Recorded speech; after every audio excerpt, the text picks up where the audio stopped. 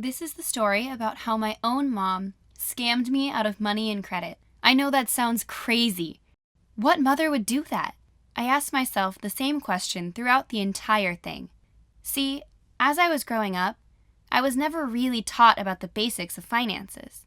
My mom especially did not bother teaching me, as she did not know a whole lot either. So I ended up pretty clueless about the whole subject. Even at the end of high school, I had no idea how to handle credit cards, record my spendings, or budget my money. I never really blamed her, but I did feel a bit deprived of valuable information.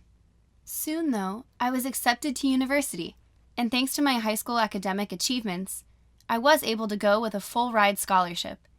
I couldn't wait, and I was relieved that I wouldn't have to deal with grants or loans during my time there. I even decided to take some time to learn more about finances and how to handle them.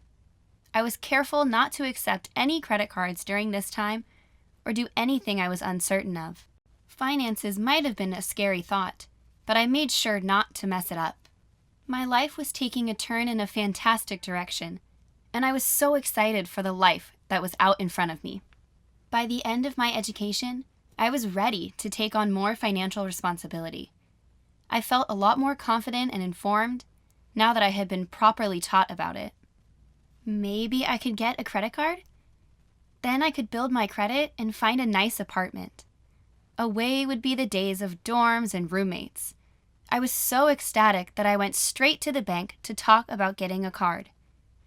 When I went to apply for my first credit card, however, I received some devastating news. Someone, apparently, had already gotten multiple credit cards and loans taken out under my name. What? I could not believe what I was hearing. This was a nightmare. I never applied to a credit card while in university, and I had no need to take out loans because of my scholarship. At first, I thought they had confused me with someone else. Someone had to have had the same name as me, right? Or something eerily similar? There was no way that it was me they were talking about. Sadly, it was. Then, when I went to check how badly my credit score had been damaged, my stomach dropped. It was awful. With this score, I would not be able to get the important things I wanted, like an apartment of my own or a car. I would not have a home or any way to get work. As upset as I was about it, I had to get to the bottom of this mystery. Someone had committed identity theft against me and basically ruined my life fresh out of university. I needed to find out who did it and if I could somehow change what they have done. I began to do some research. Credit cards were usually delivered to houses, so I figured it would not be too hard to find out who was doing this. After a lot of time searching, I found out who did it, and I almost regretted it. Every single credit card had been sent to my mother's house. At first, I refused to believe it. There was no way my mom would have shoved her own daughter into such financial trouble. I tried to search to see if I got the address wrong, but everything pointed towards her house. I decided that there was no use stalling any longer. I needed to confront her about this. Even while I went to do it, a little voice in the back of my mind was worried and scared. What if it was not her? What if I was wrong? I would be going and falsely accusing my mother of committing identity theft against her own daughter. She would be furious, and the culprit would have not been found. On the other hand, what if it was her? What if she had actually gotten loans and credit cards under my name? I did not know which possibility was scarier.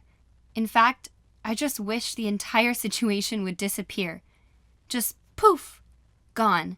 But no matter how much I did not want to do it, I knew that this had to happen one way or another. I had to talk to my mother about my identity theft. I eventually gathered up the courage to go to her house and confront her with all of the proof I had found. My nerves felt on fire the entire time. When I asked her about it, she seemed surprised, then upset with me.